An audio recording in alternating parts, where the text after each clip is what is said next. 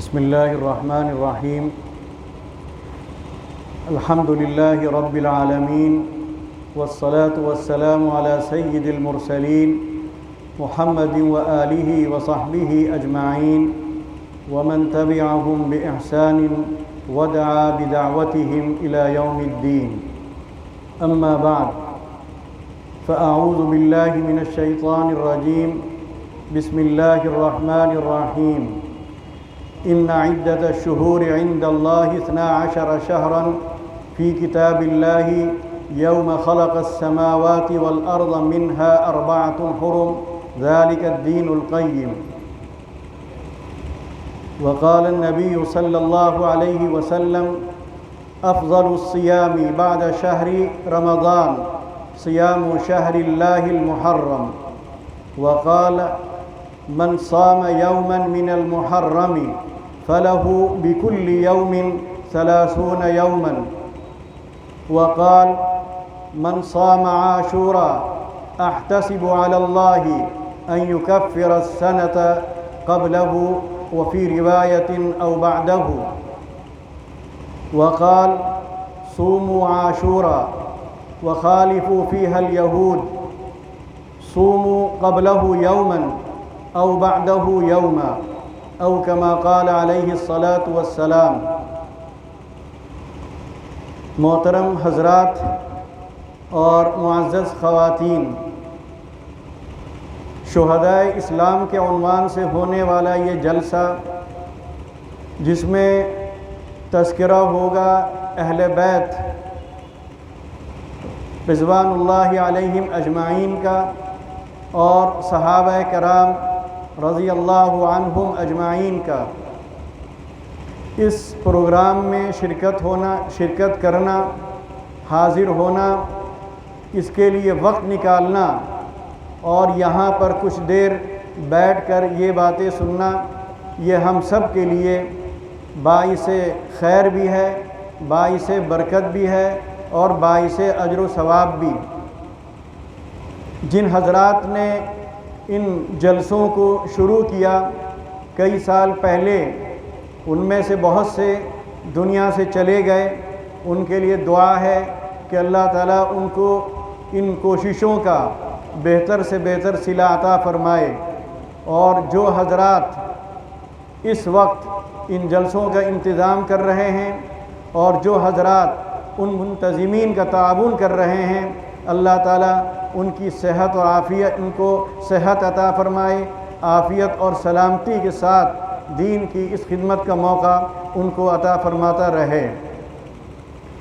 اس جلسے میں شریک ہونا یہ ہم سب کے لیے بڑی سعادت کی بات ہے، اور شاید اس سے مبارک کوئی پروگرام نہیں ہو سکتا، کیونکہ جن حضرات کا اس میں تذکرہ کیا جائے گا ان سے مبارک حضرات ہو ہی نہیں سکتے. ایسی پاک باز، پاک دامن اور بزرگ اور برگزیدہ اور مقدس ہستیاں انبیاء علیہم السلام کے بعد نہ دنیا نے دیکھی ہیں اور نہ دیکھے گی دنیا. تو ان حضرات کا تذکرہ ہے، غور سے سننے کی کوشش کیجئے، سمجھنے کی کوشش کیجئے. جو غلط فہمیاں پھیلائی جا رہی ہیں، جو بدگمانیاں پیدا کی جا رہی ہیں، جو کذب بیانی کی جا رہی ہے، جو افترا پردازی سے جو کام لیا جا رہا ہے، اس کو بھی سمجھنے کی ضرورت ہے. جب تک ہم ان باتوں کو نہیں سمجھیں گے، حالات کو نہیں سمجھیں گے، پس منظر کو نہیں سمجھیں گے، اسباب اور وجوہات کو نہیں سمجھیں گے، ہم کبھی بھی صحیح راستے پر نہیں چل سکتے ہیں. تو یہ پروگرام اور ان میں شرکت کا یہی سب سے بڑا فائدہ ہے کہ ہمیں حقیقت کا علم ہو، سچائی کا علم ہو. جو واقعہ پیش آیا وہ واقعہ اسی شکل میں ہمارے سامنے لایا جائے جس شکل میں پیش آیا تھا، بغیر کسی مبالغے کے، بغیر کسی منظر کشی کے اور بغیر نمک مرچ لگائے، تاکہ سچ اور جھوٹ میں فرق واضح ہو جائے. میں کوشش کروں گا کم وقت میں کہ اس محرم کا جو مہینہ چل رہا ہے، کچھ باتیں اس مہینے کے متعلق اور کچھ باتیں یوم عاشورہ کے متعلق اور عاشورہ کے دن پیش آنے والے واقعے کے متعلق اہل بیت رضوان اللہ علیہم اجمعین کے متعلق، صحابہ کرام رضوان اللہ علیہم اجمعین کے متعلق، ازواج مطہرات کے متعلق اور ان حضرات کے درمیان جو باہم محبت تھی، جو الفت تھی، جو پیار تھا، جو اعتماد تھا اور جو ایک دوسرے کا خیال اور ایک دوسرے کی فکر تھی، اس کو بھی سامنے لایا جائے، کیونکہ جو مسائل کھڑے کیے جا رہے ہیں، جس طرح دو کیمپوں میں مسلمانوں کو تقسیم کیا جا رہا ہے، ایک کیمپ صحابہ کرام کا تیار کیا جاتا ہے اور ایک کیمپ اہل بیت کا تیار کیا جاتا ہے، اور اس طرح اس پورے اس جسم کو دو دھڑوں میں تقسیم کرنے کی کوشش کی جاتی ہے، بلکہ یہ کوشش تو کچھ اور آگے کی بھی ہوتی ہے کہ جس طرح ایک جسم ہوتا ہے اس کے مختلف اعضاء ہوتے ہیں، اور وہ مختلف اعضاء جب ملتے ہیں، جڑتے ہیں، ایک دوسرے کو تقویت پہنچاتے ہیں، ایک دوسرے کا تعاون اور مدد کرتے ہیں، تب جا کر ایک جسم وجود میں آتا ہے۔ تو وہ ایک جسم کے دو ٹکڑے نہیں بلکہ جسم کے تمام اعضاء کو ایک دوسرے سے جدا کر رہے ہیں۔ اس سے بڑی سازش اور اس سے خطرناک پلاننگ شاید روئے زمین پر کبھی نہ کی گئی ہو، جو کی گئی اور اس کے جو نتائج سامنے آ رہے ہیں وہ نتائج انتہائی بھیانک اور انتہائی خوفناک اور انتہائی اندیشوں میں مبتلا کرنے والے ہیں۔ میں نے قرآن کریم کی ایک آیت آپ کے سامنے پڑھی اور اس کے بعد کچھ احادیث آپ کے سامنے رکھی۔ سب سے پہلے میں قرآن کریم کی اس آیت کا ترجمہ کرتا ہوں جس سے آپ کو اندازہ ہوگا یہ محرم کیا ہے، اس کی حرمت کیوں ہے، کیوں اس کو عظمت حاصل ہے، کیوں اس کو احترام کا درجہ حاصل ہے، کیوں اس کا ایک دوسرے مہینوں کے مقابلے میں اس کو امتیاز حاصل ہے۔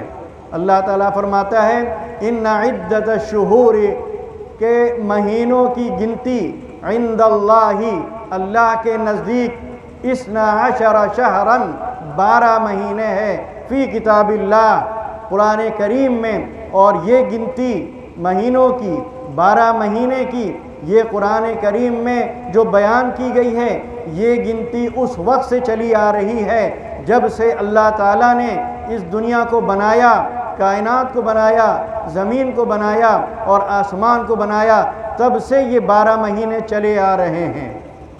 وہ 12 مہینے کیا ہیں؟ افسوس کی بات یہ ہے کہ ہم اپنے کیلنڈر کو نہیں جانتے، ہم اپنے اسلامی مہینوں کو نہیں جانتے۔ ہم جنوری جانتے ہیں، فروری جانتے ہیں، مارچ، اپریل، مئی، جون، جولائی جانتے ہیں، لیکن ہم نہیں جانتے، محرم کو نہیں جانتے، ذی القعدہ کو نہیں جانتے، ذی الحجہ کو نہیں جانتے، سفر کو نہیں جانتے، رجب کو نہیں جانتے، شعبان کو نہیں جانتے، شوال کو نہیں جانتے۔ تو کتنے افسوس کی بات ہے کہ ہم اپنے مہینوں کو نہیں جانتے، اپنے مہینوں کے نام سے ہم واقف نہیں ہیں۔ اگر اس مجمع میں پوچھا جائے کہ وہ 12 مہینے جو اللہ تعالیٰ نے متعین کر دیے تھے اور جس وقت کائنات کو اللہ تعالیٰ نے تخلیق کیا تھا، ان 12 مہینوں کے بھی اسی وقت ان کا تعین کر دیا تھا، وہ 12 مہینوں کے نام بتائیے، تو شاید کوئی بھی 12 مہینوں کے نام اس ترتیب کے ساتھ نہیں بتا پائے گا۔ آگے آیت کا جو حصہ ہے اس میں اللہ تعالیٰ نے فرمایا منہا، ان 12 مہینوں میں 4 حرم، 4 مہینے بڑی حرمت والے ہیں، 4 مہینے بڑی عظمت والے ہیں، 4 مہینے بڑے مقدس ہیں۔ ان کو یہ تقدس کا درجہ کیوں ملا؟ ان کو احترام کی نظر سے کیوں دیکھا گیا؟ ان کو عظمت کیوں حاصل ہوئی؟ اس کو بھی سمجھنے کی ضرورت ہے۔ یہ 4 مہینے وہ ہیں ذی قعدہ، ذی الحجہ، محرم، اور ایک مہینہ آتا ہے جو بعد میں ہے رجب۔ یہ 3 مہینے ایک ساتھ ہیں، ایک ترتیب سے ہیں، اور حج سے پہلے کے کچھ ایام ہیں اور کچھ ایام حج کے بعد کے ہیں۔ تو حج کی وجہ سے، حج کے ایام کے ان مہینوں میں ہونے کی وجہ سے، یا حج کے ارکان کی ان مہینوں میں ادائیگی کی وجہ سے، یا ان مہینوں میں حاجیوں کے سفر کی وجہ سے، آنے اور جانے کی وجہ سے اللہ تعالیٰ نے ان مہینوں کو بھی حرمت عطا فرمائی ہے۔ کیوں؟ اس لیے کہ آج سفر ہوتا ہے جہاز سے، آپ 5-6 گھنٹے میں پہنچ جاتے ہیں، 5-6 گھنٹے میں واپس آ جاتے ہیں، لیکن سوچئے جب پانی کے جہاز سے سفر ہوتا تھا، ایک حاجی بمبئی کی بندرگاہ سے جب نکلتا تھا تو اکثر تو رشتہ دار اس کو رخصت کرتے تھے یہ سوچ کر کہ اب شاید یہ لوٹ پائے گا کہ نہیں لوٹ پائے گا۔ سمندر کا سفر بڑا خطرناک ہوتا تھا، اور وہ جہاز بھی ایسے نہیں ہوتے تھے کہ اس میں ساری سہولتیں ہوں۔ بڑی پریشانیوں کے ساتھ، بڑی مشقتوں کے ساتھ، بڑی تکلیفوں اور زحمتوں کے ساتھ ایک حاجی حج کا سفر کرتا تھا، 2 مہینے 3 مہینے میں واپس آتا تھا، کیونکہ 15-20 دن جانے میں لگتے تھے، 15-20 دن آنے میں لگتے تھے۔ لیکن یہ اس وقت کا دور ہے، یہ وہ دور ہے جب پانی کا جہاز ایجاد ہو چکا تھا۔ لیکن اس سے پہلے جب لوگ اونٹوں پر سفر کرتے تھے، جب گھوڑے پر سفر کرتے تھے، جب بیل گاڑیوں پر سفر کرتے تھے، تب ایک ملک سے دوسرے ملک جانے میں 1 مہینہ لگ جاتا تھا۔ تو حج کا سفر تقریباً 3 مہینے لیتا تھا۔ اسی لیے اللہ تعالیٰ نے 3 مہینوں کو احترام کا یہ مقام دیا، کیونکہ وہ زمانہ جہالت کا زمانہ تھا، جنگوں کا زمانہ تھا، خوریزی کا زمانہ تھا، بات بات پر لڑائی ہوتی تھی، سالوں جنگیں چلا کرتی تھیں۔ تو اگر ان جنگوں کے ماحول میں، اس خوریزی کے ماحول میں، اس قتل و غارت گری کے زمانے میں ایک حاجی کا قافلہ ایک شام سے چلتا، عراق سے چلتا، اونٹوں پر سامان لاد کر، تو وہ راستے میں لٹ جایا کرتا تھا۔ تو ان مہینوں کو عظمت دی گئی اس طور پر کہ ان مہینوں میں کوئی جنگ نہیں کی جائے گی، جنگ بندی کر دی جائے گی۔ جنگ بندی کا یہ زمانہ ہے، یہ 3 مہینے جو ہیں، کوئی کسی پر حملہ نہیں کرے گا، کوئی کسی کو نہیں لوٹے گا، کوئی کسی کا خون نہیں بہائے گا، کوئی کسی پر حملہ نہیں کرے گا، کوئی کسی کا سامان نہیں لوٹے گا۔ اس کا فائدہ یہ ہوا کہ حاجیوں کے قافلے بڑے سکون اور اطمینان کے ساتھ مکہ مکرمہ پہنچتے تھے، اور حج کے ارکان کو ادا کرنے کے بعد بڑے سکون اور اطمینان کے ساتھ واپس لوٹ جایا کرتے تھے۔ اور جب حج کے ایام ختم ہو جاتے تھے، پھر جنگ شروع ہو جاتی تھی۔ جنگ کا معاملہ یہاں تک تھا کہ جنگ چل رہی ہے اور حج کا یہ مہینہ شروع ہو گیا، محرم کا مہینہ شروع ہو گیا، ذی القعدہ کا مہینہ شروع ہو گیا، تو وہیں پر جنگ روک دی جاتی تھی۔ لیکن اس وقت جہالت کے زمانے میں یہ بھی ایک شکل تھی کہ ان مہینوں میں تو جنگ کرنا حرام ہے، ممنوع ہے، تو یہ مہینے آگے بڑھا دیے جائیں، یعنی محرم بعد میں منا لیا جائے، اگلے مہینے کو محرم کا نام دے دیا جائے۔ تو اللہ تعالیٰ کی طرف سے اس کا حکم آیا کہ کسی کو کوئی مہینہ آگے پیچھے کرنے کی ضرورت نہیں ہے، کسی کو یہ حق نہیں ہے۔ مہینوں کی ترتیب اللہ تعالیٰ نے طے کر دی ہے۔ ذی القعدہ اپنے ہی وقت میں آئے گا، ذی الحجہ اپنے ہی مہینے میں آئے گا۔ ذی القعدہ کو آپ چاہیں کہ شوال میں کر لیں، رمضان میں کر لیں، اور دوسرے کسی مہینے میں کر لیں، تو نہیں کر سکتے ہیں۔ جو لوگ دین کو نہیں سمجھتے، جو لوگ دین سے واقف نہیں ہیں، وہ اس طرح کی غلط فہمیوں میں مبتلا ہو جاتے ہیں۔ ایک واقعہ مجھے یاد آتا ہے، جب شعبانوں کا معاملہ چل رہا تھا اور حضرت مولانا علی میاں رحمۃ اللہ علیہ اور مولانا منت اللہ صاحب رحمانی رحمۃ اللہ علیہ دہلی جایا کرتے تھے وزیر اعظم سے ملنے کے لیے، تو ایک ملاقات کے بعد جب مولانا علی میاں رحمۃ اللہ علیہ نے راجیو گاندھی سے یہ کہا کہ اب آپ جو کچھ فیصلہ کرنا ہو اسی وقت کر لیجئے، کیونکہ اگلا مہینہ جو ہے رمضان کا ہے اور سخت گرمی کا مہینہ ہے، ہم گرمی کے زمانے میں یعنی رمضان میں روزہ رکھ کر دلی کا سفر نہیں کر سکتے اور زیادہ دیر آپ کی مجلس میں نہیں بیٹھ سکتے، تو آپ ایسا کیجئے کہ جو کچھ فیصلہ کرنا ہو پہلے ہی کر لیجئے، رمضان میں ہمیں نہ بلائیے گا، گرمی میں رمضان پڑ رہا ہے۔ تو راجیو گاندھی ہیں، جب ہم مسلمان بہت سی چیزیں نہیں جانتے تو وہ کہاں سے جانتے؟ انہوں نے کہا مولانا صاحب، یہ رمضان آپ گرمی میں کیوں رکھتے ہیں؟ رمضان کے روزے گرمی میں کیوں رکھتے ہیں؟ رمضان گرمی میں کیوں مناتے ہیں؟ اب کی کا رمضان آپ جاڑے میں کر لیجئے گا۔ تو مولانا نے اس پر کہا، یہ بات جو آپ نے کہی یہیں تک رکھیے گا، آگے نہ کہہ دیجئے گا، ورنہ یہ شعبانوں سے بڑا مسئلہ بن جائے گا۔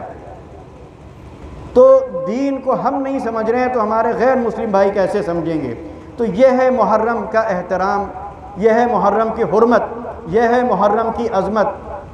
اب اس کے بعد ہم لوگ تو محرم کا تصور صرف یعنی خانوادہ رسالت کے جگر گوشوں کی شہادت کی وجہ سے سمجھتے ہیں کہ محرم جو منایا جاتا ہے، اسلام میں کوئی مہینہ منایا نہیں جاتا، اسلام میں کوئی دن منایا نہیں جاتا، یہ منانے کا تصور اسلام میں نہیں ہے۔ اسلام کی ہر عید، مسلمانوں کی ہر عید نماز ہے اس میں، چاہے وہ عید الفطر ہو، چاہے وہ عید الاضحیٰ ہو، یہ ہے اصل عبادت، یہی ہے اس دن کا منانا۔ تو چونکہ اس مہینے میں اور خاص طور سے یہ 10واں دن ہے، 10ویں تاریخ ہے، یہ بڑی اہمیت کی حامل ہے، اور یہ بہت پہلے سے اس کی اہمیت ہے۔ اس تاریخ کے بارے میں بہت سی باتیں کہی جاتی ہیں،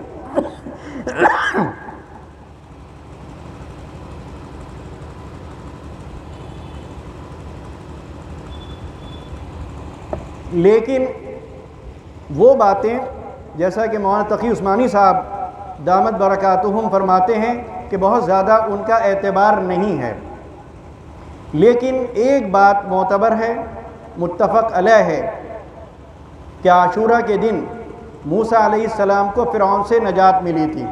یہی وہ دن ہے جس میں فرعون غرق ہوا تھا، یہی فرعون ہے جس میں موسیٰ علیہ السلام بنی اسرائیل کو لے کر نکلنے میں کامیاب ہوئے تھے۔ اس واقعے کے پیش آنے پر تو سب کا اتفاق ہے۔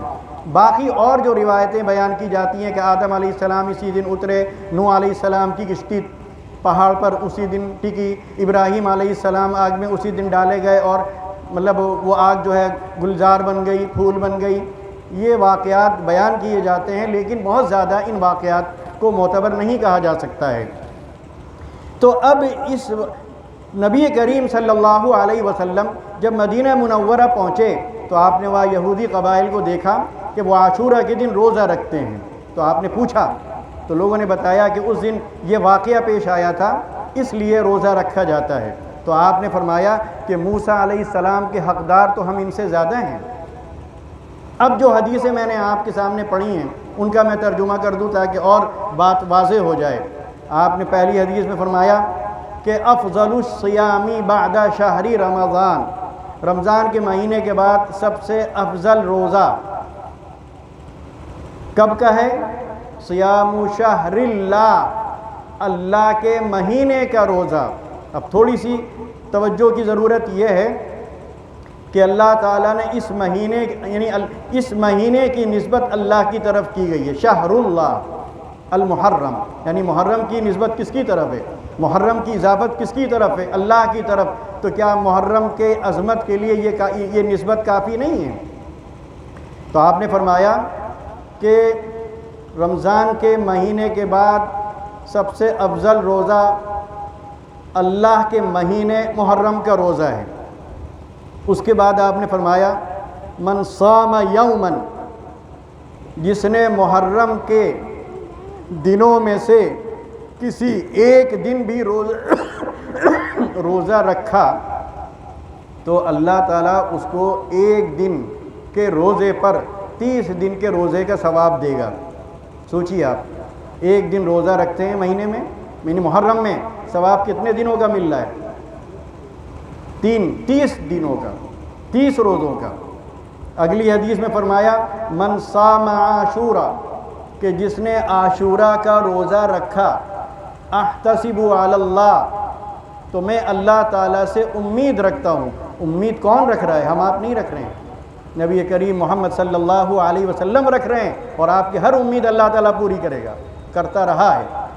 احتسب علی اللہ، فرمایا میں اللہ تعالیٰ سے امید رکھتا ہوں ان یکفر السنۃ قبلہ او بعدہ، یعنی تو اللہ تعالیٰ کیا کرے گا؟ اس کے پچھلے سال کے یا اگلے سال کے پورے گناہ معاف کر دے گا۔ وہ روزہ، عاشورہ کے دن کا روزہ پورے سال کے گناہوں کا کفارہ بن جائے گا۔ سوچئے کتنا بڑا فائدہ ہے۔ اس کے بعد آپ نے فرمایا کہ عاشورہ کا دن جو ہے اس دن روزہ رکھو، لیکن آگے کیا فرمایا کہ یہودیوں کی خلاف، یہودیوں کی مخالفت کرو۔ اب مخالفت کس طرح ہوگی؟ وہ رکھتے تھے ایک دن، تو آپ نے فرمایا صوموا قبلہ یومن او بعدہ یومن، تم یہ کرو کہ ایک دن پہلے رکھ لو یا ایک دن بعد کا بھی رکھ لو، 2 دن کر لو، 9-10 کو رکھ لو یا 10-11 کو رکھ لو۔ کیوں؟ اس لیے کہ آپ کا ایک یہ بھی ارشاد ہے من تشبہ بقوم فہو منہم، جو جن کے ساتھ مشابہت اختیار کرے گا وہ انہی میں سے ہوگا۔ تو اب یہاں پر یہ بھی غور کرنے کی ضرورت ہے، روزہ ایک عبادت ہے، اس عبادت میں بھی آپ نے دوسری قوم کی مشابہت سے منع فرمایا۔ تو زندگی گزارنے کے جو طریقے ہیں، جو ہماری تراش خراش ہے، جو ہماری وضاقتہ ہے، جو ہمارا رہن سہن ہے، جو ہمارے کھانے پینے کے جو آداب ہیں، اگر ان آداب میں مشابہت پائی جائے کسی اور قوم کی تو اس کا خطرہ ہے کہ ہمارا شمار انہی میں سے ہو جائے۔ جب روزے میں آپ فرما رہے ہیں کہ ان سے الگ تمہارا روزہ ہونا چاہیے، جبکہ روزہ عبادت ہے، اس کے بعد بھی آپ کہہ رہے ہیں کہ ان سے الگ ہونا چاہیے، تو ہمارا کھانا ان کی طرح کیسے ہونا چاہیے؟ ہمارا اٹھنا بیٹھنا ان کی طرح کیسے ہونی چاہیے؟ ہماری عبادتیں اور جو دوسری ہیں وہ ان کی طرح کیسے ہونی چاہیے؟ ہمارا پہناوا ان کی طرح کیسے ہونا چاہیے؟ ہماری بول چال کا انداز ان کی طرح کیسا ہونا چاہیے؟ ہماری تعلیم کا یہ سلسلہ ان کی تعلیم کی طرح کیسے ہونا چاہیے؟ ہر چیز میں ہمیں ان کی مخالفت کرنی ہے۔ جب روزے میں ہم ان کی مخالفت کر رہے ہیں، ایک عبادت میں ان کی مخالفت کر رہے ہیں، تو بقیہ جو طریقے ہیں زندگی گزارنے کے، ان میں تو بدرجہ اولا ہماری ذمہ داری بنتی ہے کہ ہم ان سے الگ ہو کر اپنا نظام بنائیں، کیونکہ ہماری شریعت ہمارے لیے کافی ہے۔ ہمیں اپنی شریعت کو دیکھنا ہے، ہمیں کسی کی نقالی نہیں کرنا، ہمیں کسی کی تقلید نہیں کرنا، ہمیں نبی کریم صلی اللہ علیہ وسلم کے علاوہ کسی کو نمونہ نہیں بنانا۔ تو یہ احادیث جو میں نے آپ کے سامنے رکھی ہیں، ان احادیث سے میں سمجھتا ہوں کہ اس مہینے کی جو حرمت ہے آپ کو بہت حد تک اس کا اندازہ ہو گیا ہوگا، اور عاشورہ کے دن جو کرنے کا کام ہے وہ بھی آپ کو پتہ چل گیا ہوگا، جبکہ عاشورہ کے دن کیا کیا جاتا ہے وہ ہم سب جانتے ہیں، بالکل بدل کے رکھ دیا ہے، ہم نے سب بدل کے رکھ دیا ہے۔ عاشورہ کے دن جو حرکتیں ہوتی ہیں وہ بالکل خلاف شرع ہیں۔ آپ خود سوچئے کہ جو لوگ یا جو فرقہ صحابہ کرام رضوان اللہ علیہم اجمعین کے سلسلے میں بدزبانی کرے، بےہودگی کرے، کس بیانی سے کام لے، ان پر تہمت لگائے، ان پر الزام لگائے، نہ جانے کیسے کیسے تبصرے کرے، حتیٰ یہ ہے کہ لکھنؤ میں رہنے والے جانتے ہیں کہ پتنگوں پہ ایسے جملے لکھ کر جس میں عائشہ رضی اللہ تعالی عنہ کی شان میں گستاخی کی گئی ہوتی ہے، جس میں ابوبکر رضی اللہ تعالی عنہ اور حضرت عمر رضی اللہ تعالی عنہ کو گالیاں دی گئی ہوتی ہیں، پتنگوں میں لکھ کر وہ پتنگیں اڑائی جاتی ہیں، اور جب وہ پتنگیں کٹتی ہیں اور سنیوں کے گھروں میں گرتی ہیں تو سوچئے ان کے جذبات کا کیا عالم ہوتا ہوگا۔ لیکن کون پکڑے گا کہاں سے پتنگ آئی؟ کوئی نہیں جان سکتا۔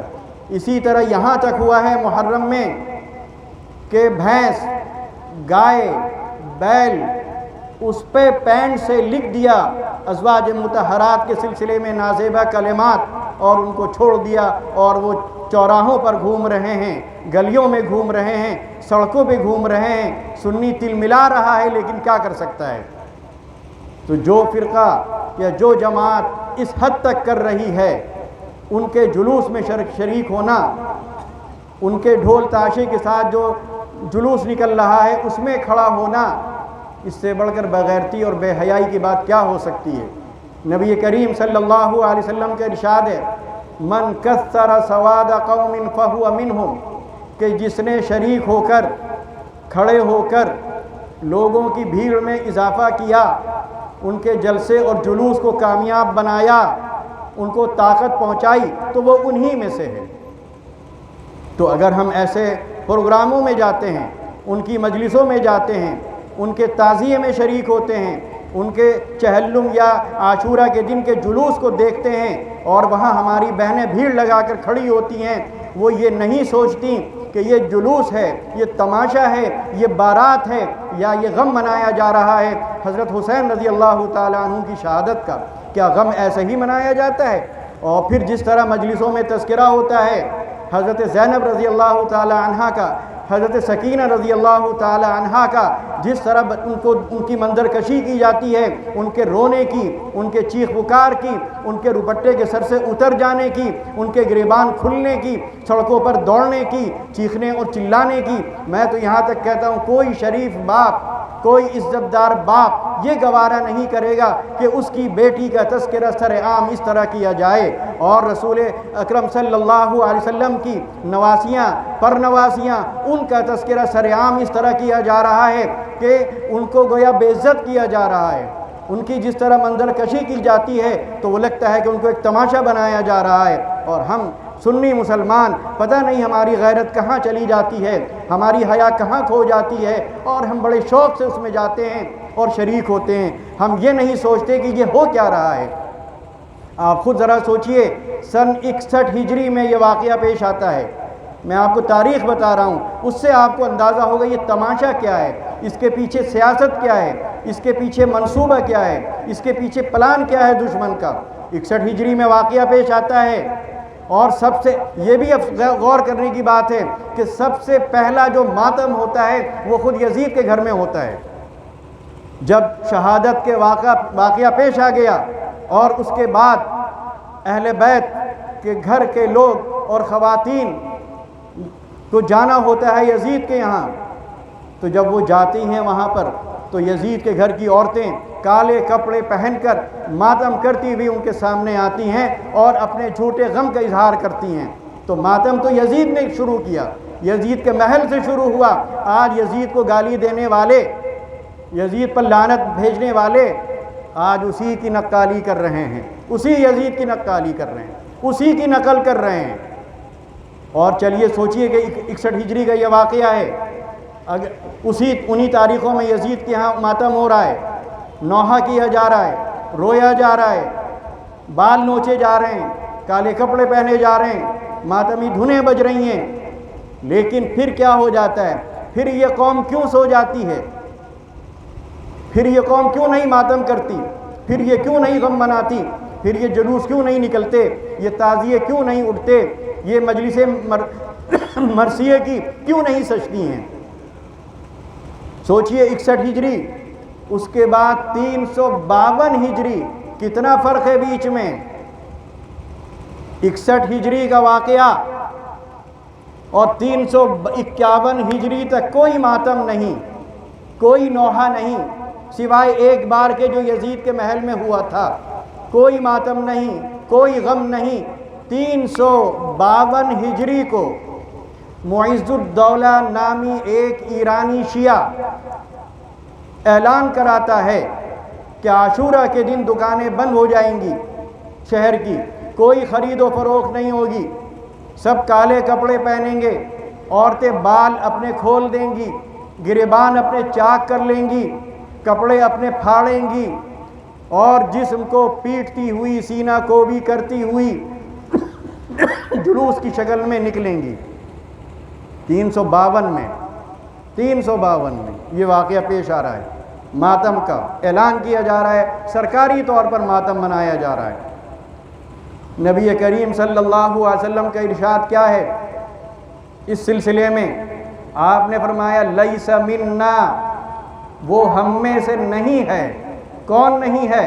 من ضرب الخدود او من لطم الخدود، جو اپنے چہروں پر تھپڑ مارے اس طرح، او شق الجیوب، اور اپنے گریبان کو چاک کرے، ودعا بدعوى الجاہلیہ، اور جاہلیت کا نعرہ لگائے، یعنی قبیلے کے نام پر لوگوں کو ابھارے، خاندان کے نام پر لوگوں کو ابھارے، تو وہ ہم میں سے نہیں ہے۔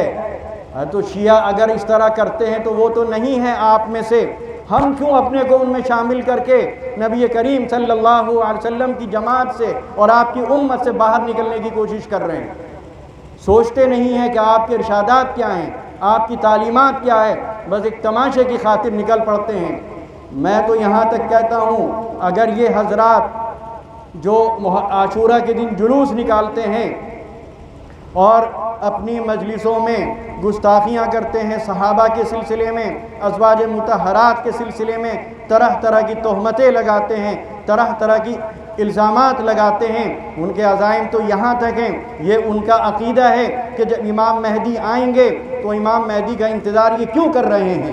ان کا عقیدہ ہے کہ جب امام مہدی آئیں گے تو ابو بکر رضی اللہ تعالی عنہ، عمر رضی اللہ تعالی عنہ جو حضور کے پہلو میں آرام فرما رہے ہیں، دونوں کو قبروں سے نکال کر باہر پھینک دیں گے۔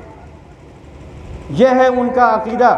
امام مہدی کا جو انہیں انتظار ہے وہ انتظار اس لیے ہے کہ جس سے سب سے زیادہ ان کو نفرت ہے وہ ان کو نبی کریم صلی اللہ علیہ وسلم کے پہلو میں دیکھنا گوارا نہیں، دیکھنا برداشت نہیں کرتے۔ وہ چاہتے ہیں کہ بس کسی طرح وہ دن آئے اور ان کو قبروں سے نکال کر باہر ڈالا جائے۔ تو جن کا یہ عقیدہ ہو، جن کے یہ خیالات ہوں، جن کے یہ نظریات ہوں، اگر وہ جلوس نکالیں، چاہے وہ اللہ اکبر کا نعرہ لگاتے ہوئے نکالیں، چاہے وہ سبحان اللہ والحمدللہ کے ترانے پڑھتے ہوئے نکالیں، چاہے وہ قرآن کریم کی تلاوت کرتے ہوئے نکالیں، ان کے جلسوں میں شرکت کرنا نہایت درجے کی کمینگی ہے، نہایت درجے کی بے حیائی ہے، نہایت درجے کی بےغیرتی ہے، نہایت درجے کی گمراہی ہے اور ضلالت ہے اور جہالت ہے۔ چاہے وہ جس آپ کو دھوکہ دینے کے لیے تلاوت کرتے ہوئے نکلیں، چاہے وہ آپ کی آنکھوں میں دھول جھونکنے کے لیے اللہ اکبر کی صدائیں لگاتے ہوئے نکلیں، چاہے وہ نعتیہ اشعار پڑھتے ہوئے نکلیں، لیکن آپ ان کے اندر کو دیکھیے، ان کے دل کو دیکھیے، ان کے باطن کو دیکھیے، اس کی سیاہی کو دیکھیے، اس کی گندگی کو دیکھیے، اس کی ناپاکی کو دیکھیے۔ ان کے زبان میں ان کے ہاں تقیہ ہے، آپ تقیہ سے دھوکہ نہ کھائیے۔ کیوں آپ دھوکہ کھاتے ہیں؟ آپ سمجھیے کہ آپ کا مخالف کیسا ہے، آپ کا دشمن کیسا ہے۔ اب میں آپ کو کچھ باتیں سناتا ہوں اہل بیت کے سلسلے میں اور صحابہ کرام رضوان اللہ علیہم اجمعین کے سلسلے میں، جن کو انہوں نے 2 کیمپوں میں تقسیم کر دیا ہے، 2 گروہوں میں تقسیم کر دیا ہے اور ایک دوسرے کا ایسا مخالف بنا کر پیش کیا ہے کہ عقل حیران رہ جاتی ہے کہ نبی کریم صلی اللہ علیہ وسلم کی جن کو صحبت حاصل ہوئی ہو، جن کی شاگردی حاصل ہوئی ہو، جن سے انہوں نے سیکھا ہو، جن کے سامنے ذہن میں تلمس طے کیا ہو، وہ آخر اتنی جلدی کیسے بدل گئے؟ وہ آخر کیسے ان کے دلوں میں یہ کینہ پیدا ہو گیا؟ تو اگر آپ صحابہ کرام رضوان اللہ علیہم اجمعین کے بارے میں یہ تصور کرتے ہیں کہ ان کے دل ایسے ہو گئے تھے، وہ مرتد ہو گئے تھے، وہ منافق ہو گئے تھے، تو یہ الزام صرف صحابہ کرام پر نہیں لگتا، یہ الزام نبی کریم صلی اللہ علیہ وسلم پر لگتا ہے۔ آپ کے بارے میں تو آتا ہے کہ جس پر آپ کی نظر پڑ گئی اس کی زندگی بدل گئی، اور یہاں 10 سال 20 سال 25 سال آپ کی صحبت میں رہنے کے بعد پھر وہ مرتد ہوا جا رہا ہے، پھر وہ منافق ہوا جا رہا ہے۔ تو آپ کی تاثیر کہاں گئی؟ آپ کے اثرات کہاں گئے؟ آپ تو نہایت بے اثر ثابت ہوئے۔ پھر تو ایک استاد سے ایک شاگرد پڑھتا ہے تو کچھ سالوں اس کا اثر رہتا ہے، بعد میں دھیرے دھیرے استاد کا اثر زائل ہوتا ہے۔ اور یہ کیسا استاد ہے کہ ادھر آنکھ بند ہوئی، ادھر آپ نے پردہ فرمایا، ادھر ارتداد شروع ہو گیا، ادھر نفاق شروع ہو گیا۔ اس سے بڑھ کر نبی کریم صلی اللہ علیہ وسلم کی ناکامی اور کیا ہو سکتی ہے؟ تو یہ اس ناکامی کا اعلان کون کر رہا ہے؟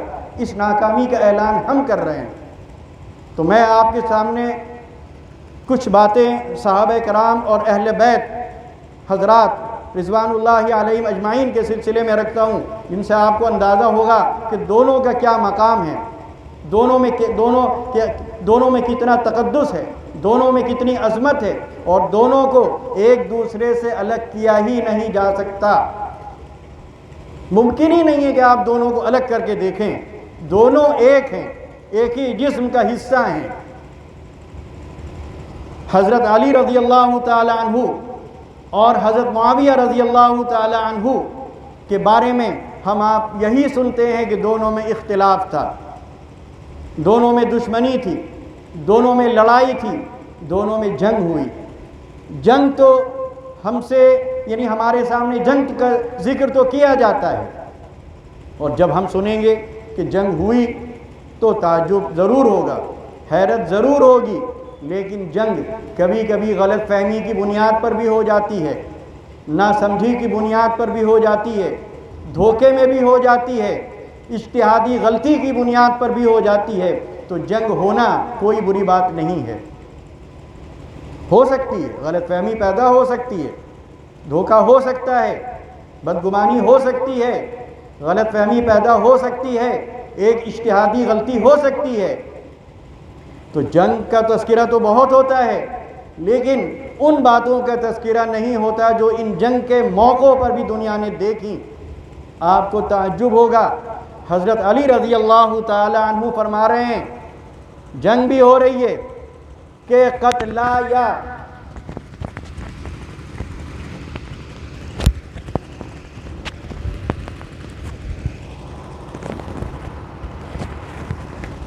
قتلایا وقتلا معاویہ فی الجنہ، کہ ہماری طرف سے جو لوگ شہید ہو رہے ہیں، مارے جا رہے ہیں، اور حضرت معاویہ رضی اللہ تعالی عنہ کی طرف سے لڑنے والوں میں جو لوگ شہید ہو رہے ہیں، مارے جا رہے ہیں، دونوں جنت میں جائیں گے۔ اس کو کوئی بیان نہیں کرتا، اس کو کوئی بیان نہیں کرتا۔ لڑائی کا ذکر تو بہت ہو رہا ہے، لڑوانے والے بہت ہیں، کیونکہ لڑائی میں ان کا فائدہ ہے، لیکن دلوں کی صفائی، دلوں میں پائی جانے والی محبت، دلوں میں پائی جانے والی الفت، اس کا اندازہ اس سے لگائیے کہ حضرت علی رضی اللہ تعالیٰ عنہ فرما رہے ہیں کہ ہماری طرف سے جو لوگ شریک ہیں، وہ جو ان میں سے جو مر رہا ہے، شہید ہو رہا ہے، قتل کیا جا رہا ہے، وہ بھی جنتی ہے، اور معاویہ رضی اللہ تعالیٰ عنہ کی طرف سے جو شہید ہو رہا ہے، جو مارا جا رہا ہے، وہ بھی کیا ہے؟ وہ بھی جنتی ہے۔ ایک موقع پر حضرت علی رضی اللہ تعالیٰ عنہ نے فرمایا کہ یہ معاویہ ہی ہیں کہ جن کی وجہ سے تم دشمنوں کے سامنے ٹک پا رہے ہو۔ ان کے اندر جو قوت ہے، جو انتظامی صلاحیت ہے، جو سوجھ بوجھ ہے، جو حکمت ہے، وہ چیز ایسی ہے کہ آج تم سر اٹھا کے چل رہے ہو، آج تمہاری گردنوں پہ سر ہیں۔ یہ حضرت معاویہ رضی اللہ تعالیٰ عنہ کا مقام اس سے واضح ہوتا ہے۔ اسی طرح اس سے زیادہ تعجب کی بات یہ ہے کہ دن میں لڑتے تھے، جنگ ہو رہی ہے، اور دونوں طرف سے جو لوگ مارے جا رہے ہیں ایک دوسرے کے جنازے میں شریک ہو رہے ہیں، اپنے ہاتھوں سے قبر میں اتار رہے ہیں، اپنے ہاتھوں سے کفن پہنا رہے ہیں، اپنے ہاتھوں سے مٹی ڈال رہے ہیں۔ وہ ان کے نماز جنازہ پڑھا رہے ہیں، وہ ان کی نماز جنازہ پڑھا رہے ہیں، وہ ان کی تعزیت کر رہے ہیں، وہ ان کی تعزیت کر رہے ہیں، وہ ان کے زخمیوں کو پانی پلا رہے ہیں، وہ ان کے زخمیوں کو پانی پلا رہے ہیں، اور کوئی کسی کا مال نہیں لوٹ رہا ہے۔ اس سے بڑھ کر کوئی مثال ہو سکتی ہے؟ ارے جنگ کو ایک طرف رکھیے، کوئی حیثیت نہیں ہے اس جنگ کی، یہ چیزیں سامنے آئیں گی تب اندازہ ہوگا کہ صحابہ کرام کے کیا مقام تھا۔ دن میں جنگ کر رہے ہیں اور رات میں ایسا ہو رہا ہے، ایک دوسرے کے پیچھے نماز پڑھ رہے ہیں۔ ہم جنگ چھوڑیے، ذرا سی مخالفت ہو جاتی ہے تو ایک دوسرے کے پیچھے نماز پڑھنا چھوڑ دیتے ہیں، تجہیز و تکفیر میں شریک ہونا چھوڑ دیتے ہیں، غمی خوشی میں شریک ہونا چھوڑ دیتے ہیں۔ ذرا سی ٹناپھنی میں، ذرا سی ٹناپھنی ہو گئی، ذرا سا اختلاف ہو گیا گھر کی دیوار کو لے کر، گھر کی نالی کو لے کر، رشتوں کو لے کر، سارے تعلقات ختم ہو جاتے ہیں، اور وہاں تلواریں چل رہی ہیں، وہاں نیزے چل رہے ہیں، وہاں جانے جا رہی ہیں۔ اس کے بعد محبت کا یہ عالم ہے۔ ایسا ہی حضرت معاویہ رضی اللہ تعالی عنہ کا جو معاملہ تھا حضرت حسنین کے ساتھ، جس طرح وہ ان کا اکرام کرتے تھے، جس طرح وہ ان کی عزت کرتے تھے، جس طرح وہ ان کا اکرام اور انعامات کے ساتھ وہ ان کو رخصت کیا کرتے تھے، آخر کیا وجہ تھی کہ حضرت حسن رضی اللہ تعالی عنہ خلافت سے دستبردار ہو گئے، اور حضرت معاویہ رضی اللہ تعالی عنہ کے حوالے انہوں نے خلافت کر دی۔ اور نہ صرف یہ کہ انہوں نے ان کے ہاتھ پر بیعت کی، 10 سال حضرت حسین رضی اللہ تعالی عنہ حضرت معاویہ کی تابعداری میں رہے اور ان کی اطاعت و فرما برداری کرتے رہے۔ آج لوگ کہتے ہیں کہ اختلاف تھا، اختلاف اسی کو کہا جاتا ہے۔ حضرت علی رضی اللہ تعالی عنہ کے بارے میں 3 باتیں سنیے کہ ان کا کیا مقام تھا۔ حضور پاک صلی اللہ علیہ وسلم نے ارشاد فرمایا، جب آپ کو یہ اندازہ ہوا کہ بعض صحابہ بعض معاملات میں اختلاف رکھتے ہیں حضرت علی رضی اللہ تعالی عنہ سے، تو آپ نے فرمایا اس موقع پر سب کو جمع کر کے کہ من کنت مولاہ فعلی مولا، کہ جس کا میں مولا ہوں، اور مولا سے مراد خلیفہ نہیں ہے، ولی نہیں ہے، مولا سے مراد یہاں محبوب ہے، محبوب، کہ جس کا میں محبوب علی بھی اس کے محبوب، جس کو میں عزیز علی بھی اس کو عزیز، یہ آپ نے فرمایا۔ ایسا ہی ایک موقع پر آپ نے فرمایا، آپ کسی غزوے میں جا رہے تھے اور آپ نے وہ حضرت علی رضی اللہ تعالی عنہ کو مدینے میں چھوڑ دیا، اور کہا کہ مدینہ خالی ہو گیا ہے مردوں سے، تم یہاں رہنا، عورتوں کی حفاظت کرنا، بچوں کا خیال رکھنا، کہیں ایسا نہ ہو کہ دشمن پیچھے سے حملہ کر دے اور یہاں مدینے میں لوٹ مار شروع کر دے۔ اب دیکھیے منافقین اور مشرکین نے کیا کیا، حضرت علی رضی اللہ تعالیٰ عنہ کو یہ طعنہ دیا، ارے کیا بات ہے کہ تمہارے نبی تم کو عورتوں کے ساتھ چھوڑ گئے، بچوں کے ساتھ چھوڑ گئے۔ حضرت علی رضی اللہ تعالیٰ عنہ کو احساس ہوا، انہوں نے فوراً تلوار لی، نیزہ لیا، گھوڑا منگایا، گھوڑے کی پیٹھ پر بیٹھے اور نکل گئے، یہاں تک کہ نبی کریم صلی اللہ علیہ وسلم کے پڑاؤ تک پہنچ گئے اور جا کر آپ سے عرض کیا، یا رسول اللہ صلی اللہ علیہ وسلم، آپ مجھے وہاں چھوڑ آئے ہیں اور لوگ مجھے یہ طعنہ دے رہے ہیں، اے اللہ کے رسول، کیا آپ کو میری طاقت پر بھروسہ نہیں ہے، میری بہادری پر بھروسہ نہیں ہے، میری جانبازی پر، میری فروسیت پر بھروسہ نہیں ہے جو آپ نے مجھے اس غزوے میں شریک نہیں کیا؟ حضور پاک صلی اللہ علیہ وسلم کی محبت دیکھیے، آپ نے فرمایا، اما ترضون، کیا تم اس پر خوش نہیں ہو، کیا تم اس پر راضی نہیں ہو، ان تکون منی، کہ تمہاری حیثیت میرے ساتھ ویسی ہی ہو جیسے کہ موسیٰ علیہ السلام کے ساتھ ہارون کی حیثیت تھی، یعنی جس طرح موسیٰ علیہ السلام نے ہارون علیہ السلام پر اعتبار کیا، جس طرح جب وہ پہاڑ پر گئے تو ان کو اپنے پیچھے چھوڑ گئے قوم کی رہنمائی کے لیے، قوم کی نگرانی کے لیے، تو ایسا ہی میں تم کو بھی چھوڑ کر جا رہا ہوں۔ لیکن آپ جانتے تھے کہ ایک فرقہ ایسا پیدا ہوگا جو غلط فہمی پیدا کرنے کی کوشش کرے گا، تو آپ نے آگے یہ فرمایا، الا انہ لا نبی بعدی، لیکن میرے بعد کوئی نبی نہیں آئے گا۔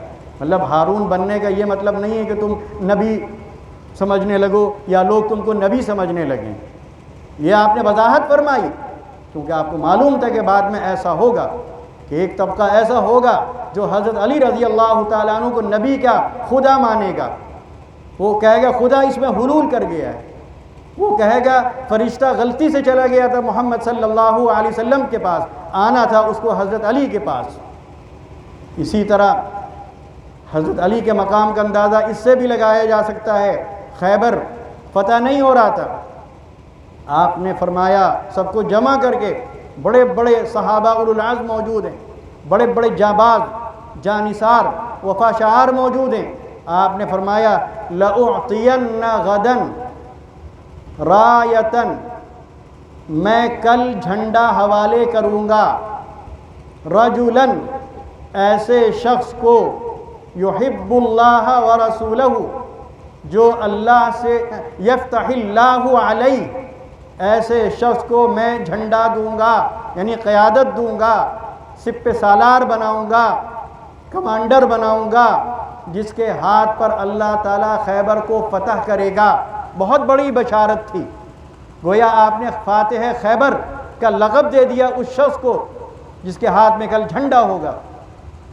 ہر صحابی کی، اور آگے فرمایا یحب اللہ ورسولہ، وہ آدمی ایسا ہوگا جو اللہ سے محبت کرتا ہوگا، اس کے رسول سے محبت کرتا ہوگا۔ چلیے ہر صحابی اللہ سے محبت کرتا ہے، اللہ کے رسول سے محبت کرتا ہے، لیکن اس کا اگلا حصہ جو ہے وہ دیکھیے، یحبہ اللہ ورسولہ، اللہ سے تو ہم آپ محبت کرتے ہی ہیں، آپ نے فرمایا اللہ بھی اس سے محبت کرتا ہوگا اور اس کا رسول بھی اس سے محبت کرتا ہوگا۔ ہر صحابی کے دل میں یہ تمنا پیدا ہوئی، کاش کہ یہ جھنڈا مجھے مل جائے۔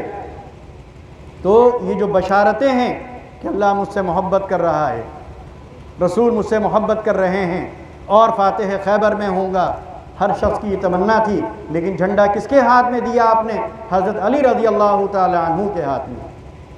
تو آپ حضرت علی رضی اللہ تعالیٰ عنہ کے مقام کا اندازہ اس سے لگائیے، یہ تین کتنے نازک موقع تھے۔ اور ایک موقع اور سنیے، جب مختلف قبائل اس بات پر متفق ہو گئے کہ محمد صلی اللہ علیہ وسلم کا آج رات خاتمہ کر دینا ہے، اور پھر انہوں نے پلان یہ تیار کیا کہ ہر قبیلے سے ایک نوجوان کو لیا جائے گا اور سب مل کر ایک ساتھ وار کریں گے نبی کریم صلی اللہ علیہ وسلم پر، تاکہ کسی پر کوئی الزام نہ آئے۔ کسی کو دیت نہ دینا پڑے، کسی کے ساتھ قصاص کا معاملہ نہ ہو۔ آپ اپنے گھر میں سو رہے تھے، چھوٹی چھوٹی کچی دیواریں تھیں، چاروں طرف نوجوان تلوار لے کر کھڑے ہو گئے، آپ اندر سو رہے۔ آپ نے کیا کیا؟ کتنا نازک موقع ہے، کوئی اپنے داماد کے لیے اس کے لیے تیار نہیں ہوگا، آپ کسی کو بھی لٹا سکتے تھے، لیکن آپ نے کس کو لٹایا؟ اپنے داماد کو لٹایا، حضرت علی رضی اللہ تعالیٰ عنہ کو۔ وہ بھی کہہ سکتے تھے اے اللہ کے رسول مجھے کیوں خطرے میں ڈال لیں، میری جان کے پیچھے کیوں پڑے ہیں؟ کوئی سوال نہیں۔ اور حضور پاک صلی اللہ علیہ وسلم نے اپنے پلنگ پر جس پر حملہ ہونا تھا اور آپ کو وحی کے ذریعے بتا بھی دیا گیا تھا، آپ نے اپنی چادر اڑا کر ان کو لٹا دیا، وہ چادر تان کے سو گئے۔ چاروں طرف نوجوان کھڑے ہوئے ہیں، اللہ کی قدرت۔ نبی کریم صلی اللہ علیہ وسلم اندر سے نکلتے ہیں، دروازہ کھولتے ہیں اور مٹی ان کے سروں پر ڈالتے ہوئے نکل جاتے ہیں، اور اللہ میاں ان کو اندھا کر دیتا ہے، کوئی نہیں دیکھ پاتا کہ آپ نکل گئے ہیں۔ آپ نکل گئے، جب آپ نکل گئے تب ان کی آنکھوں نے دیکھنا شروع کیا، تب ان کی روشنی بحال ہوئی۔ اب وہ دیکھ رہے ہیں کہ وہ تو لیٹے ہی ہوئے ہیں، ان کی آنکھ تو یہ دیکھ رہی ہے کہ آپ لیٹے ہوئے ہیں، لیکن جب آنکھ کھلتی ہے آدمی اٹھتا ہے تو وہ کون ہوتا ہے؟ وہ حضرت علی رضی اللہ تعالیٰ عنہ۔ تو نازک سے نازک موقع پر نبی کریم صلی اللہ علیہ وسلم نے جن کو آگے بڑھایا وہ حضرت علی رضی اللہ تعالیٰ عنہ تھے۔ یہ ہے حضرت علی رضی اللہ تعالیٰ عنہ کا مقام۔ اسی طرح حضرت فاطمہ رضی اللہ تعالیٰ عنہا آپ کی سب سے چہیتی بیٹی تھی۔ آپ نے کیا فرمایا؟ فاطمہ بضعۃ منی یریبنی ما اری بہا، کہ فاطمہ میرے جسم کا ایک ٹکڑا ہے، جو چیز ان کو غم زدہ کرے گی وہ چیز مجھ کو بھی غم زدہ کرے گی، یعنی جس سے ان کو تکلیف پہنچے گی اس سے مجھے تکلیف پہنچے گی۔ دوسرے موقع پر آپ نے فرمایا فاطمہ بضعۃ منی فمن ابغضها یبغضنی، جو ان سے بغض رکھے گا وہ مجھ سے بغض رکھے گا۔ یہ ہے حضرت فاطمہ رضی اللہ تعالی عنہ۔ لیکن ساتھ ساتھ یہ بھی سوچئے کہ ایک طرف یہ محبت، یہ پیار، یہ شفقت، لیکن دوسری طرف چکی چلاتے چلاتے ہاتھوں میں گٹے پڑ جاتے تھے حضرت فاطمہ رضی اللہ تعالی عنہ کے۔ اور ایک موقع تھا جب غلام آئے، باندیاں آئیں، اور تقسیم کس کو کرنا ہے؟ نبی کریم صلی اللہ علیہ وسلم کو تقسیم کرنا ہے۔ حضرت فاطمہ جا کر کہتی ہیں کہ ایک باندی مجھے بھی دے دیجئے، دیکھیے یہ گٹے پڑ گئے ہیں۔ آپ نے کوئی باندی نہیں دی، بلکہ آپ نے فرمایا تم یہ پڑھ لیا کرو، یہ تمہارے لیے کافی ہے۔ دنیا میں تو یہ سب ہونا ہے، ہم لوگوں کے لیے اصل آخرت ہے۔ ایک طرف یہ ہے، ایک طرف وہ محبت جو کوئی باپ اپنی بیٹی سے نہیں کر سکتا، جو اللہ کے رسول صلی اللہ علیہ وسلم نے حضرت فاطمہ سے کی ہوگی۔ سوچئے جو یہ کہے کہ جانور کو ذبح کرنے سے پہلے چھری تیز کر لو تاکہ تکلیف نہ ہو، جو یہ کہے کہ اونٹ کا دودھ دوہنے سے پہلے ناخن کتر لو کہ تھن کو چبھے نہیں، جس کو جانور کی تکلیف کا اتنا خیال ہو، وہ اپنی بیٹی کی تکلیف پر کتنا مچل جاتا ہوگا۔ کیا ہاتھوں میں گٹے پڑتے دیکھ کر آپ پر اثر نہیں پڑتا تھا؟ کیا آپ کی آنکھوں میں آنسو نہیں آتے ہوں گے؟ کیا آپ کی طبیعت میں بے قراری نہیں پیدا ہوتی ہوگی؟ کیا آپ کی محبت جوش نہیں مارتی ہوگی؟ لیکن آپ نے کبھی بھی اس بات کی پرواہ نہیں کی، کیونکہ دنیا کو آپ نے کبھی اہمیت نہیں دی۔ آپ تو چاہتے تھے درجات بلند ہو، درجات بلند ہو، اور یہاں تکلیف سے گزار لو، لیکن آخرت تمہاری سنور جائے، آخرت تمہاری بن جائے۔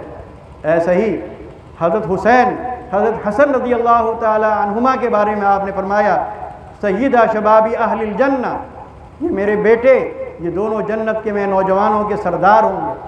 محبت کا اندازہ اس سے لگائیے کہ آپ نماز پڑھ رہے ہیں، چھوٹے چھوٹے وہ معصوم پھول آپ کی گردن پہ لٹک جاتے ہیں، آپ کے کندھے پہ لٹک جاتے ہیں، آپ کی کمر پر بیٹھ جاتے ہیں، آپ سجدے میں پڑے رہتے ہیں، تیزی سے نہیں اٹھتے کہ کہیں گر نہ جائے بچہ۔ ہم میں سے کوئی باپ یہ کرے گا؟ آپ نماز پڑھتے ہیں، کتنے بچے سامنے آتے ہیں، بہت سے لوگ میں نے دیکھا ٹھوکر مار دیتے ہیں بچے کو، ہاتھ سے ڈھکیل دیتے ہیں بچے کو۔ کہاں ہے وہ محبت جو محبت نبی کریم صلی اللہ علیہ وسلم کی زندگی میں جس کے نمونے ملتے ہیں؟ آپ تو ہر چیز میں نمونہ ہیں، تو ہم اپنے پوتے نواسوں کے ساتھ یہ معاملہ کیوں نہیں کرتے؟ ہم کیوں انہیں دھکے دے دیتے ہیں؟ ہم کیوں ان کو مسجد سے باہر نکال دیتے ہیں؟ ہم کیوں انہیں پیچھے ڈھکیل دیتے ہیں؟ آپ کے کندھے پر سوار ہو رہے ہیں، آپ سجدے میں ہیں تو آپ کے اوپر بیٹھ جاتے ہیں، اور آپ سہارا دے کر اٹھتے ہیں کہ کہیں گر نہ جائے وہ بچہ۔ آپ گود میں لیے ہوئے ہیں، حضرت حسن رضی اللہ تعالیٰ عنہ کے منہ سے رال گر رہی ہے، آپ کا کندھا تر ہو رہا ہے، آپ کے لعاب سے، آپ کی رال سے آپ نے پوچھنے کی بھی زحمت نہیں کی۔ ایسے ہی آپ نے فرمایا ایک موقع پر حضرت حسن رضی اللہ تعالیٰ عنہ کے بارے میں کہ یہ میرا بیٹا، اللہ تعالیٰ اس سے بہت بڑا کام لے گا، یہ دو مسلمانوں کی جماعتوں کے درمیان صلح کرائے گا۔ جب آپ نے کہا دو مسلمانوں کی جماعت، ایک جماعت خود حضرت حسن کی تھی رضی اللہ تعالیٰ عنہ، ایک جماعت حضرت معاویہ رضی اللہ تعالیٰ عنہ کی تھی، دونوں کو اللہ کے رسول کیا کہہ رہے ہیں؟ مسلمان کہہ رہے ہیں۔ ہم کون ہوتے ہیں حضرت معاویہ کو باغی کہنے والے؟ ہم کون ہوتے ہیں حضرت معاویہ کو طاغی کہنے والے؟ ہم کون ہوتے ہیں حضرت معاویہ کو منافق کہنے والے اور صحابہ کرام کو مرتد کہنے والے؟ صحابہ کرام کی عظمت کا اندازہ اس سے لگائیے، قرآن کریم میں آپ دیکھیے جا بجا آیتیں آپ پڑھیے، آپ کو اندازہ ہوگا۔ پہلی آیت محمد الرسول اللہ والذین معه اشداء علی الکفار رحماء بینہم تراہم رکعا سجدا یبتغون فضلا من اللہ ورضوانا سیماہم فی وجوہہم من اثر السجود ذلک مثلہم فی التوراۃ ومثلہم فی الانجیل کزرع اخرج شطأہ فآزرہ فاستغلظ فاستوى علی سوقہ یعجب الزراع لیغیظ بہم الکفار۔ پورا نقشہ صحابہ کرام رضوان اللہ علیہم اجمعین کا کھینچ دیا ہے، اس کھیتی کو سامنے لا کر رکھ دیا گیا ہے، اس باغ کو ہمارے سامنے پیش کر دیا گیا ہے جو باغ نبی کریم صلی اللہ علیہ وسلم نے لگایا تھا۔ کیا فرمایا؟ محمد الرسول اللہ، محمد صلی اللہ علیہ وسلم اللہ کے رسول ہیں، والذین معہ، اور جو لوگ ان کے ساتھ ہیں، ان کے ساتھ کون ہیں؟ آپ کے اصحاب ہیں، ابو بکر رضی اللہ تعالی عنہ، عمر رضی اللہ تعالی عنہ، عثمان رضی اللہ تعالی عنہ، علی رضی اللہ تعالی عنہ، حضرت سلمان فارسی رضی اللہ تعالیٰ عنہ، حضرت بلال رضی اللہ تعالیٰ عنہ، اور نہ جانے کتنے صحابہ ہیں جب آپ والذین معہ میں آتے ہیں کہ نہیں آتے ہیں۔ صفات کیا بیان کی؟ اشداء علی الکفار، صحابہ کرام کی پہلی صفت بیان کی جا رہی ہے، اشداء علی الکفار، کفار کے معاملے میں بڑے سخت ہیں، رحماء بینہم، لیکن آپس میں رحماء ہیں، رحم کرنے والے۔ دیکھ لیے معاویہ رضی اللہ تعالیٰ عنہ، علی رضی اللہ تعالیٰ عنہ کے درمیان کتنی محبت تھی، آپس میں کتنا رحم دلی کا معاملہ تھا۔ یہ گواہی قرآن کریم دے رہا ہے، تمام صحابہ کے بارے میں دے رہا ہے، معاویہ رضی اللہ تعالیٰ عنہ کو مستثنیٰ کر کے نہیں دے رہا ہے۔ اشداء علی الکفار رحماء بینہم تراہم، حضور سے کہا جا رہا ہے تراہم، آپ ان کو دیکھیں گے رکعاً، رکوع کی حالت میں، سجداً، سجدے کی حالت میں، اور کیا دیکھیں گے؟ تراہم رکعا سجدا یبتغون فضلا من اللہ، وہ اللہ کے فضل کی تلاش میں ہیں، ورضوانا، اور اس کی رضا کی، اس کی خوشنودی کی تلاش میں ہیں، سیماہم فی وجوہہم من اثر السجود، سجدوں کے اثر کی وجہ سے ان کے ماتھوں پر، ان کے چہروں پر ایک نورانی لکیر پڑ گئی ہے، ایک نشان پڑ گیا ہے۔ اور اس کے بعد فرمایا ذالک مثلہم فی التوراۃ، یہی ان کی مثال توریت میں، ومثلہم فی الانجیل، اور یہی ان کی مثال انجیل میں۔ وہ مثال کیا ہے؟ کزرع، جیسے کہ کھیتی ہوتی ہے، اخرج شطأہ، کھیتی کی کوپل نکلتی ہے، پھر کیا ہوتا ہے؟ فآزرہ، پھر وہ کوپل مضبوط ہوتی ہے، فاستغلظ، پھر اور مضبوط ہوتی ہے، فاستوى علی سوقہ، پھر وہ ایک تناور درخت کی شکل میں کھڑی نظر آتی ہے۔ اب کیا ہوتا ہے؟ یعجب الزراع، جس نے یہ کھیتی لگائی ہے، جس نے یہ بیج ڈالا ہے، وہ یہ لہلہاتی کھیتی کو دیکھ کر خوش ہو جاتا ہے، لیکن اس کے مقابلے میں جو کفار ہیں ان کے آگ لگ جاتی ہے، دل اور بدن ان کا جلنے لگتا ہے نفرت سے اور عداوت سے۔ تو امام مالک بن انس فرماتے ہیں کہ لیغیظ بہم الکفار، جو کہا گیا ہے کہ یہ صحابہ کرام کی کھیتی دیکھ کر جن کے دل میں نفرت پیدا ہوتی ہے، غصہ پیدا ہوتا ہے، وہ کافر ہیں۔ اب سوچنا چاہیے ان لوگوں کو جو صحابہ کرام میں نفاق تلاش کرتے ہیں، جو صحابہ کرام میں ارتداد ڈھونڈتے ہیں، جو صحابہ کرام کو طعن و تشریح کا نشانہ بناتے ہیں، جو صحابہ کرام کے لیے اپنے دلوں میں بغض اور کینہ رکھتے ہیں، کیا وہ ان کے لیے یہ آیت ان پر منطبق نہیں ہوتی ہے؟ کیا قرآن کریم ان کے بارے میں یہ گواہی یہ اعلان نہیں کر رہا ہے کہ وہ کافر ہیں؟ سوچنے کی بات ہے، غور کرنے کی بات ہے۔ کتنا بڑا خطرہ ہے جو آدمی ذرا سی زبان کی وجہ سے مول لے لیتا ہے، زبان کی بے احتیاطی کی وجہ سے مول لیتا ہے، بد زبانی کی وجہ سے مول لیتا ہے، اپنے غصے کی اور دل کی بھڑاس نکالنے کی وجہ سے مول لے لیتا ہے۔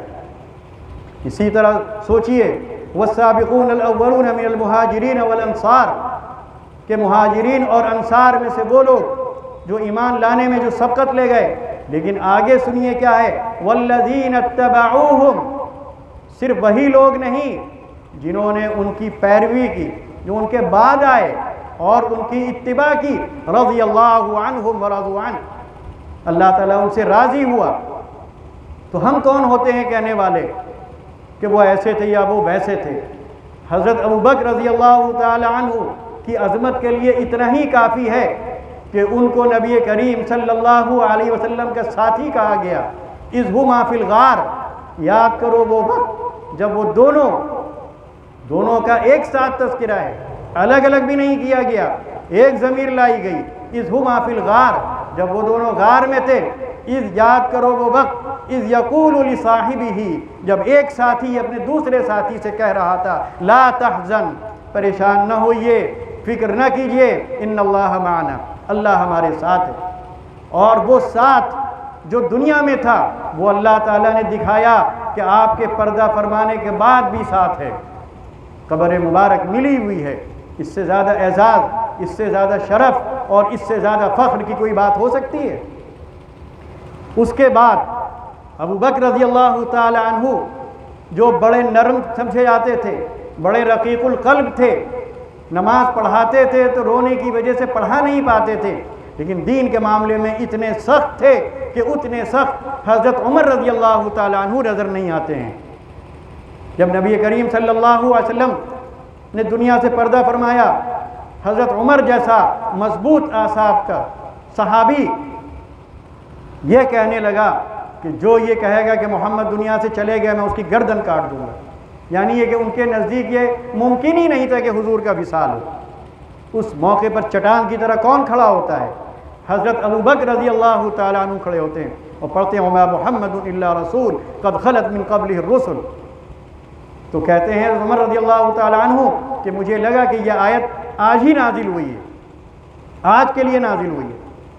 ایسا ہی حضرت عمر رضی اللہ تعالیٰ عنہ کا مقام، اس کا اندازہ اس سے لگائیے کہ حضور پاک صلی اللہ علیہ وسلم نے فرمایا لو کان نبی بعدی لکان عمر، کہ اگر میرے بعد کوئی نبی ہوتا تو وہ عمر ہوتے۔ لوگ حدیث کا لفظ بدل دیتے ہیں، حضرت عمر کی جگہ حضرت علی کا نام لے لیتے ہیں، کتنی بددیانتی کی بات کرتے ہیں، کتنی خلاف واقعہ بات کہتے ہیں۔ وہ بھول جاتے ہیں کہ آپ نے یہ ارشاد فرمایا من کذب علی متعمدا فلیتبوأ مقعدہ من النار، جو جان بوجھ کر میرے بارے میں جھوٹ بولے گا وہ جہنم میں اپنا ٹھکانہ خود طے کر لے۔ اس کے بعد اتنی آسانی سے آدمی نام بدل دے، ان کی جگہ ان کا نام رکھ دے، صرف ان کا مقام گھٹانے کے لیے اور ان کا مقام بڑھانے کے لیے۔ صحابہ کرام کا مقام طے کرنے والے ہم ہیں۔ ارے ہم اپنی اولاد کا مقام طے نہیں کر سکتے، ہم اپنا مرتبہ طے نہیں کر سکتے، ان جیسی ہستیوں کے بارے میں زبان چلانا اور ان کا مقام اور مرتبہ طے کرنا یہ کہاں سے مطلب ہمیں زیب دیتا ہے؟ یہ تو ہمارے ایمان کو خطرے میں ڈالنے والی چیز ہے۔ ان کا مقام اللہ تعالیٰ نے پہلے ہی طے کر دیا ہے، ہم کون ہوتے ہیں طے کرنے والے؟ اس کے بعد ایک تو یہ حدیث، دوسرے ایک بات اور، جو چیز حضرت عمر رضی اللہ تعالی عنہ کے علاوہ کسی اور کو حاصل نہیں، اس سے ان کی ذہانت، ان کی سوجھ بوجھ کا اندازہ ہو سکتا ہے، معاملے کو سمجھنے کی ان کی صلاحیت کا اندازہ ہو سکتا ہے۔ قرآن کریم میں کئی آیتیں ایسی ہیں جو حضرت عمر رضی اللہ تعالی عنہ کی تائید میں نازل ہوئی ہیں، ان کے موقف کی تائید میں، ان کی رائے کی تائید میں، ان کے مشورے کی تائید میں نازل ہوئی ہیں، بلکہ یہاں تک ہے کہ انہی کے الفاظ میں نازل ہوئی ہیں۔ ازواج مطہرات رضوان اللہ علیہم اجمعین، پردے سے پہلے کا معاملہ ہے، پردہ نہیں کرتی تھی، پردہ نہیں تھا، پردے کا رواج نہیں تھا، پردے کی آیت نازل نہیں ہوئی تھی۔ حضرت عمر رضی اللہ تعالی عنہ ہی کا یہ حوصلہ تھا، انہی میں یہ ہمت تھی، اور یہ ہمت اللہ تعالیٰ نے ان میں عطا فرمائی تھی۔ وہ گئے اللہ کے رسول علیہ الصلاۃ والسلام کے پاس اور کہا یا رسول اللہ صلی اللہ علیہ وسلم، ازواج مطہرات کی خدمت میں بہت سے لوگ آتے ہیں، ان میں اچھے بھی ہوتے ہیں برے بھی ہوتے ہیں، لہٰذا آپ ان سے کہیے کہ پردہ کریں۔ پردے کی آیت نازل ہو گئی، کس کے کہنے پر نازل ہوئی؟ کس کے مشورے پر نازل ہوئی؟ کس کے یاد دلانے پر نازل ہوئی؟ حضرت عمر رضی اللہ تعالی عنہ کے کہنے پر۔ اسی طرح انہوں نے مشورہ دیا کہ مقام ابراہیم کو مصلی بنا لیا جائے، وہی اسی الفاظ میں واتخذوا من مقام ابراہیم مصلی آیت نازل ہو گئی۔ غزوہ بدر کے قیدیوں کے سلسلے میں مختلف آراء تھیں، حضرت عمر رضی اللہ تعالی عنہ نے جو رائے دی، قرآن کریم کی آیت نازل ہوتی ہے اور ان کی رائے کی تائید کی جاتی ہے۔ ایسے بے شمار واقعات ہیں جہاں پر عمر رضی اللہ تعالی عنہ کی تائید میں اللہ تعالیٰ وحی نازل کرتا ہے اور قرآن کریم کی آیت کا نزول ہوتا ہے۔ کیا اس سے بڑا کوئی مقام اور مرتبہ ہو سکتا ہے؟ تو جیسے کہ قرآن کریم میں تلک الرسل فضلنا بعضهم علی بعض، یہ جو انبیاء ہم نے بھیجے جزوی فضیلت ایک کو دوسرے پر دی ہے، سب یکساں نہیں ہیں۔ ایسا ہی معاملہ صحابہ کرام رضوان اللہ علیہم اجمعین کا ہے۔ کہیں پر ابو بکر رضی اللہ تعالیٰ عنہ کا مقام بہت بلند نظر آتا ہے، کہیں پر عمر رضی اللہ تعالیٰ عنہ کا مقام بلند نظر آتا ہے، کہیں پر عثمان غنی رضی اللہ تعالیٰ عنہ کا مقام بلند نظر آتا ہے، کہیں پر علی رضی اللہ تعالیٰ عنہ کا مقام بلند نظر آتا ہے۔ تو یہ مقام اللہ تعالیٰ طے کر رہا ہے، وقت کے اعتبار سے، حالات کے اعتبار سے، ان کی خدمات کے اعتبار سے، ان کی کوششوں اور قربانیوں کے اعتبار سے، ان کے ایثار کے اعتبار سے یہ فیصلہ اللہ تعالیٰ کرے گا۔ اسی طرح حضرت عمر رضی اللہ تعالیٰ عنہ کی شہادت لوگوں کو یاد نہیں رہتی ہے۔ نماز کی حالت میں جس طرح نیزہ مارا گیا اور نیزہ آر پار ہو گیا، اور زخم کا یہ حال تھا کہ دوا پلائی جاتی تھی تو منہ سے جاتی تھی اور پیٹ کے سوراخ سے باہر آ جاتی تھی، یہ شہادت کسی کو یاد نہیں آتی۔ حضرت عثمان غنی رضی اللہ تعالی عنہ خلیفہ ہیں، لیکن اس طرح کی مظلومانہ شہادت بھی کبھی تصور نہیں کیا جا سکتا۔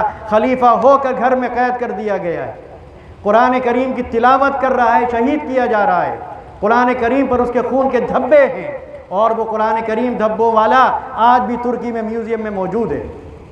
یہ شہادت یاد نہیں آتی۔ حضرت حمزہ رضی اللہ تعالی عنہ کس طرح ان کو زخمی کیا گیا، مارا گیا، اور پھر کس طرح ان کا کلیجہ چبایا گیا، یہ شہادت یاد نہیں آتی۔ حضرت یاسر رضی اللہ تعالی عنہ کی شہادت کسی کو یاد نہیں آتی۔ حضرت سمیہ جو اسلام میں سب سے پہلی شہید خاتون ہیں، ان کی شہادت کسی کو یاد نہیں آتی، اور شہادت سے پہلے کے ظلم یاد نہیں آتے۔ ان کو لوہے کی زرہ پہنا کر گرمی میں ریتیلی زمین پر کھینچا جاتا تھا، اور لوہے کو گرم کر کے ان کے جسم کو داغا جاتا تھا، جبکہ وہ عمر دراز تھی، بوڑھی تھی، ضعیفہ تھی۔ یہ شہادتیں یاد نہیں آتی کسی کو، صرف ایک ہی کی شہادت یاد آتی ہے۔ اور اگر شہادت کا ذکر کرنا ہے تو سب کی شہادت کا ذکر کرو، لیکن تمہارا دل صاف نہیں ہے، تمہارے دلوں میں کینہ ہے، اور ایک کی شہادت کا تذکرہ تم کر رہے ہو یا مذاق اڑا رہے ہو۔ جس طرح ان کی شہادت حضرت علی رضی اللہ تعالی عنہ فرماتے ہیں کہ ہمارے وہ ساتھی جو دنیا سے چلے گئے، یعنی صحابہ کرام رضوان اللہ علیہم اجمعین، ان کے بارے میں وہ کہتے ہیں کہ لا یبشرون بالاحیاء ولا یعزون بالموتى، کہ جب میدان جنگ سے جو صحابی بچ کر آتے تھے ان کی خوشی نہیں منائی جاتی تھی، کیونکہ ہر صحابی کی تمنا تھی شہید ہونے کی، اللہ کے راستے میں جان دینے کی، قربانی کر اپنی جان قربان کر دینے کی۔ تو اگر کوئی بچ کر آ جاتا تھا، شہید نہیں ہوتا تھا، تو اس کی خوشی گھروں میں نہیں منائی جاتی تھی۔ اسی طرح جو شہید ہو جاتا تھا لا یعزون بالموتى، ان کی تعزیت نہیں ہوتی تھی، ان کا غم نہیں منایا جاتا تھا۔ اب آپ سوچئے، حضرت علی رضی اللہ تعالیٰ عنہ فرما رہے ہیں کہ غم نہیں منایا جاتا تھا شہادت پر، خوشی نہیں منائی جاتی تھی بچ کر آنے پر، اور تم انہی کے بیٹے کا غم منا رہے ہو، اور غم بھی کیسا منا رہے ہو؟ غم کیسا ہوتا ہے؟ یہ سمجھ لیجئے جیسے کرنٹ ہوتا ہے، سوئچ آن کیا کرنٹ دوڑ گیا، سوئچ آف کیا آف ہو گیا، کرنٹ ختم ہو گیا۔ ایسا ہی شیعہ حضرات کا غم بھی ہے، 11 مہینے سوئچ آف، کوئی غم نہیں، اور اچانک محرم کا چاند نکلا اور گھر گھر سے چیخنے کی آوازیں آنے لگیں، سب کے جسموں پر کاڑے کپڑے آ گئے، گریباں چاک ہو گئے، چہرے پٹنے لگے، سینہ کو بھی ہونے لگی، زنجیروں سے جسم کو لہو لہان کیا جانے لگا۔ جسم اللہ کا دیا ہوا ہے، تم کون ہوتے ہو لہو لہان کرنے والے؟ کیا تمہارا بنایا ہوا ہے؟ جان تم نے ڈالی، جسم تم نے بنایا، تمہیں کوئی حق نہیں پہنچتا۔ جس طرح خودکشی کرنا جرم ہے، اسی طرح اپنے جسم کو زخمی کرنا بھی حرام ہے، حرام کام ہو رہا ہے، اور وہ حرام کام ہم لوگ دیکھ رہے ہیں اور ٹھٹے لگا رہے ہیں۔ کہاں سے جائز ہے یہ اس طرح کی ماتمی مجلسیں؟ تو محرم گیا پھر آف ہو گیا معاملہ، تو یہ بالکل کرنٹ ہے۔ بھائی اگر غم ہوتا ہے، اور وہ کوئی بھی غم ہو، بہت رہتا ہے 2 سال 3 سال 4 سال 5 سال، اور جب غم کی شروعات ہوتی ہے یا وہ واقعہ پیش آتا ہے تب زیادہ ہوتا ہے، دھیرے دھیرے وہ کم ہو جاتا ہے۔ یہ 250 سال تک تو غم ہی نہیں رہا، کوئی ماتم نہیں، کوئی نوحہ خوانی نہیں، کوئی مرثیے کی مجلس نہیں، کوئی شہر میں ڈھول تاشے کے ساتھ جلوس نہیں، کوئی عورتوں کو کالے کپڑے پہن کر بال کھول کر گریباں چاک کر کے باہر نکالا نہیں گیا، کچھ نہیں۔